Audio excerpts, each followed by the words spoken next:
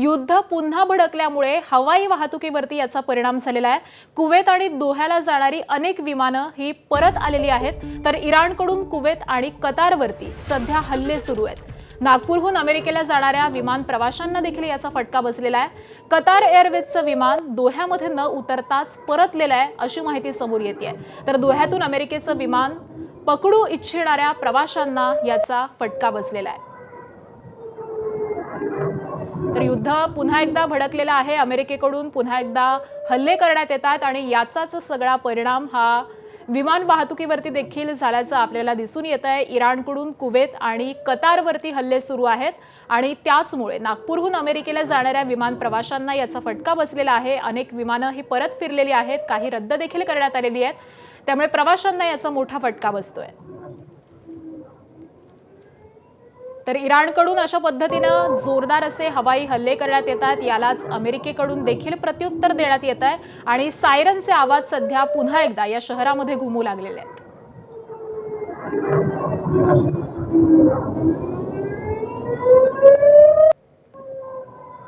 आणि याच सगळ्या संदर्भामध्ये आपण अधिकची माहिती जाणून घेऊयात। आमचे प्रतिनिधी सोमेश कोलगे सध्या आपल्या सोबत आहेत। सोमेश, पुन्हा एकदा हे युद्ध पेटल्याचं दिसून येत आहे आणि त्यामुळे विमान वाहतुकीवरती नेमका कसा परिणाम झालाय, कोणकोणती विमानं रद्द झालेली आहेत, काय अपडेट्स मिळतात? कतारने आपली एअर स्पेस बंद करण्याचा निर्णय घेतलेला आहे, कारण कालपासून आपल्याला माहिती आहे की अमेरिकेने इराणवरचे हल्ले पुन्हा एकदा तीव्र केले आणि त्यानंतर आता इराणकडूनही प्रत्युत्तर म्हणून UAE, बहरीन, कुवेत यांच्यावरती हल्ले होण्याची शक्यता आहे किंवा काही ठिकाणी हल्ले केलेही गेलेले आहेत। त्यामुळे कतारची एअर स्पेस बंद करण्यात आलेली आहे आणि त्याचा परिणाम म्हणून कतारहून जाणाऱ्या अनेक विमानांना, कतारला जाणाऱ्या विमानांना परिणाम होतोय। पुन्हा कतारच्या एअरस्पेस वरून जाणाऱ्या विमानांवरही त्याचा परिणाम होणार आहे की समजा ते विमान जरी दुसऱ्या कोणत्या देशात जात असलं पण जर कतारवरून जाणार असेल तर त्याच्यावरही त्याचा नकारात्मक परिणाम होतोय। त्यामुळे सध्याच्या स्थितीमध्ये पुन्हा एकदा ज्या पद्धतीने गेले काही दिवस, जवळपास 2 ते 3 महिने सगळ्या जगाने हाल अपेष्टा सोसल्या होत्या इराण, अमेरिका, इस्रायल युद्धामुळे, आणि पुन्हा एकदा तशीच परिस्थिती आता ही निर्माण होणार असं दिसतंय। कारण त्यामुळे विमानांचे अपडेट्स ही जास्त, म्हणजे विमानांचं इंधनही जास्त वापरावं लागतं आणि त्याचे परिणाम सगळे नकारात्मक हे या वाहतुकीवर होत आहे। अगदी सोमेश, नेमकी कुठे कुठे जाणारी ही विमानं रद्द करण्यात आलेली आहेत, या संदर्भामध्ये काही अधिकृत माहिती कळतेय? विमानं सध्या ही जी कतारला जाणारी सगळी विमानं आहेत आणि कतारवरून उड्डाण घेणारी विमानं ही रद्द करण्यात आलेली आहेत। कारण कतारच्या सोमेश, थोडंसं तुम्हाला थांबवते कारण सतीश ढगे सर सध्या आपल्या सोबत आहेत फोन लाईन वरून। ढगे सर, नमस्कार। खरं तर करार झाल्यानंतर हे युद्ध थांबेल अशी चिन्ह दिसत होती, आशा निर्माण झालेल्या होत्या, मात्र युद्ध पुन्हा एकदा भडकलेलं आहे आणि त्याचा हवाई वाहतुकीवरती परिणाम झाला अशी बातमी सध्या समोर येते आहे। एकूणातच या सध्याच्या घडामोडींकडे कसं पाहायचं, कशामुळे पुन्हा एकदा हे युद्ध भडकलंय?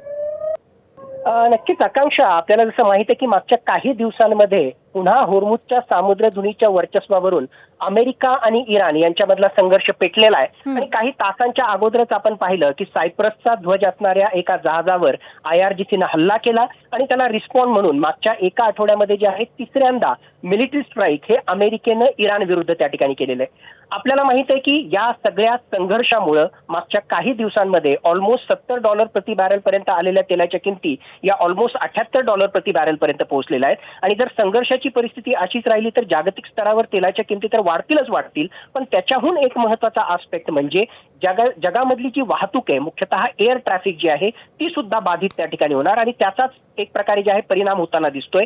कतर एअरवेजनं त्यांची जी आहेत उड्डाणं त्या ठिकाणी स्थगित केलेली आहेत आणि कतर सरकारनं जे आहे त्यांची एअर स्पेस क्लोज केलेली आहे। आपल्याला माहिती आहे की इराण होर्मुझच्या सामुद्रधुनीवर ज्या प्रकारे वर्चस्व प्रस्थापित करतोय, त्याचबरोबर अमेरिकेला टॅकल करण्यासाठी अमेरिकेचे जे वेगवेगळ्या प्रकारचे मिलिटरी इन्स्टॉलेशन्स आखाती देशांमध्ये त्यावर तो अटॅक करतोय आणि मागच्या काही दिवसांमध्ये कतर असो, त्याचबरोबर बहरीन, जॉर्डन, कुवेत यावर जबरदस्त हल्ले इराणच्या IRGCनं केलेले आहेत आणि मग या मिसाईलच्या त्याचबरोबर ड्रोनच्या हल्ल्यापासून जर वाचायचं असेल तर या आखाती देशांना त्यांची एअर डिफेन्स सिस्टम ऍक्टिव्हेट करावी लागते, त्याचबरोबर एअर स्ट्राईक अवॉइड करण्यासाठी एअर स्पेस क्लोज करावी लागते। हे तर ते त्यांच्या संरक्षणासाठी करतायत, पण दुर्दैवानं त्याच्यामुळे ग्लोबल सिव्हिल एव्हिएशन आपण ज्याला म्हणून थोडक्यात नागरिक विमान वाहतूक जी आहे ती बाधित होते आणि कतरचं दोहा एअरपोर्ट हे अत्यंत महत्वाचं मानलं जातं, कारण आशियाई देशांसाठी आणि त्यातल्या त्यात भारतासाठी जर युरोपला जायचं असेल तर या दोहाच्या एअरपोर्टला एक प्रकारे इंटरमिडिएरी एअरपोर्ट म्हणून आपण त्याचा वापर करतो. खूप सारी विमानं ही दोहाला त्या ठिकाणी जातात आणि दोह्याच्या एअरपोर्टवरूनच उड्डाण करून युरोपकडे जातात. भारत आणि युरोप यांच्यातली जी आहे एअर ट्रॅफिक नक्की त्याच्यामुळे बाधित होणार आणि अल्टिमेटली त्याचा विपरीत परिणाम जो आहे सामान्य जनतेवर सुद्धा होणार. हुर्मुझच्या सामुद्रधुनीच्या वर्चस्वाचे आर्थिक परिणाम, दुष्परिणाम हे तर आपण त्या ठिकाणी भोगतोय. तेलाच्या किमती वाढणं हे सुद्धा आपण त्या ठिकाणी भोगतोय, पण त्याच्या सोबतीलाच अशा प्रकारे ग्लोबल सिव्हिल एव्हिएशन ही बाधित होणं हा सुद्धा दुर्दैवाने एक महत्वाचा परिणाम या सगळ्या संघर्षाच्या अनुषंगानं भारतीयांना त्या ठिकाणी भोगावा लागतोय. अगदी डगे सर, तुम्ही सांगताय की आता कसे कसे परिणाम आपल्याला आणि एकूणातच सगळ्या जगाला भोगावे लागणार आहेत, परंतु इतके महिने होऊन देखील हे दोन्हीही देश थांबण्याचं नाव का नेमकं घेत नाहीयेत? आधी आपल्याला पाहिलेलं होतं की ट्रम्प एक पाऊल मागे आलेले होते, करार झालेला होता, चर्चा झालेली होती, मात्र तरी देखील युद्ध काही थांबण्याचं नाव घेत नाहीये. नक्कीच आकांक्षा, मुळात अंतरिम करार जरी त्या ठिकाणी झाला असला तरी पहिल्या दिवसापासून हा करार टिकणार नाही हे सत्य त्या ठिकाणी होतं. कारण ग्राउंड रियालिटी अशी आहे की ज्या प्रकारची पॉलिटिकल आणि मिलिटरी ऑब्जेक्टिव्ह अमेरिकेला, इस्रायलला, इराणला आणि आखाती देशांना साध्य करायची आहेत, कोणालाच जे आहे आपली ऑब्जेक्टिव्ह साध्य करता आली नाही, म्हणून हा तात्पुरता पॉज त्या ठिकाणी होता. 28 फेब्रुवारी नंतर एक आयतं कोलीत आता इराणच्या हातामध्ये प्राप्त झालेलं आहे, ते म्हणजे हुर्मुझची सामुद्रधुनी चोक करणं आणि त्यालाच एक प्रकारे जिओ पॉलिटिकल लिव्हरेज म्हणून इराण त्या ठिकाणी वापरतोय. एका बाजूला अमेरिकेला, डोनाल्ड ट्रम्पला मध्यावधी निवडणुकांना सामोरी जायचंय आणि आम्ही कुठलंही कन्सेशन इराणला दिलं नाही हे डोनाल्ड ट्रम्प यांना त्या ठिकाणी दाखवायचंय राजकीय स्वार्थ साध्य करण्यासाठी. तर दुसऱ्या बाजूला इराणला जसं मी सांगितलं की होर्मुझच्या सामुद्रधुनीच्या वर्चस्वाच्या माध्यमातून तिथे टोल आकारायचा आहे, आपल्या अर्थव्यवस्थेला या चर्चेच्या माध्यमातून आपले जे फ्रोझन ॲसेट्स आहेत ते अनफ्रीज करायचे आहेत आणि या होर्मुझच्या सामुद्रधुनीमधून जाणाऱ्या जहाजांवर टोल आकारायचा आहे. म्हणून अशा प्रकारे ही संघर्षाची परिस्थिती त्या ठिकाणी भविष्यामध्ये सुद्धा एका बाजूला चर्चेचं गुऱ्हाळ चालू राहील आणि दुसऱ्या बाजूला अशा प्रकारचे हल्ले प्रतिहल्ले होतील. फक्त एकच भीती माझ्या मनामध्ये, ज्याला आपण रेड फ्लॅग म्हणू, भविष्यामध्ये जर अमेरिकेनं खरोखरच इराणचे सिव्हिलियन इन्फ्रास्ट्रक्चर असतील, न्यूक्लिअर साईट्स असतील किंवा त्यांचे हाय व्हॅल्यू टार्गेट ज्यामध्ये मुस्तफा खामेनी किंवा मिलिटरी कमांडर्स यांना जर टार्गेट केलं तर या युद्धाचा भडका त्या ठिकाणी वाढू शकतो. तर दुसऱ्या बाजूला इराणनं सुद्धा काही महत्वाचे अमेरिकेचे मिलिटरी कमांडर्स असो किंवा अत्यंत महत्वाचे असे आखातामधले त्यांचे सिव्हिलियन इन्फ्रास्ट्रक्चर त्याचबरोबर मिलिटरी साईट्स याला जर टार्गेट केलं तर हा युद्धाचा भडका आणखीन वाढू शकतो आणि बाब अल मंडेब सुद्धा चोक होण्याची भीती या अनुषंगाने निर्माण होऊ शकते. नक्कीच, त्यामुळे आगामी काळामध्ये नेमक्या काय काय घडामोडी घडतात हे पाहणं महत्त्वाचं असेल. डगे सर, धन्यवाद या संपूर्ण विश्लेषणासाठी. धन्यवाद.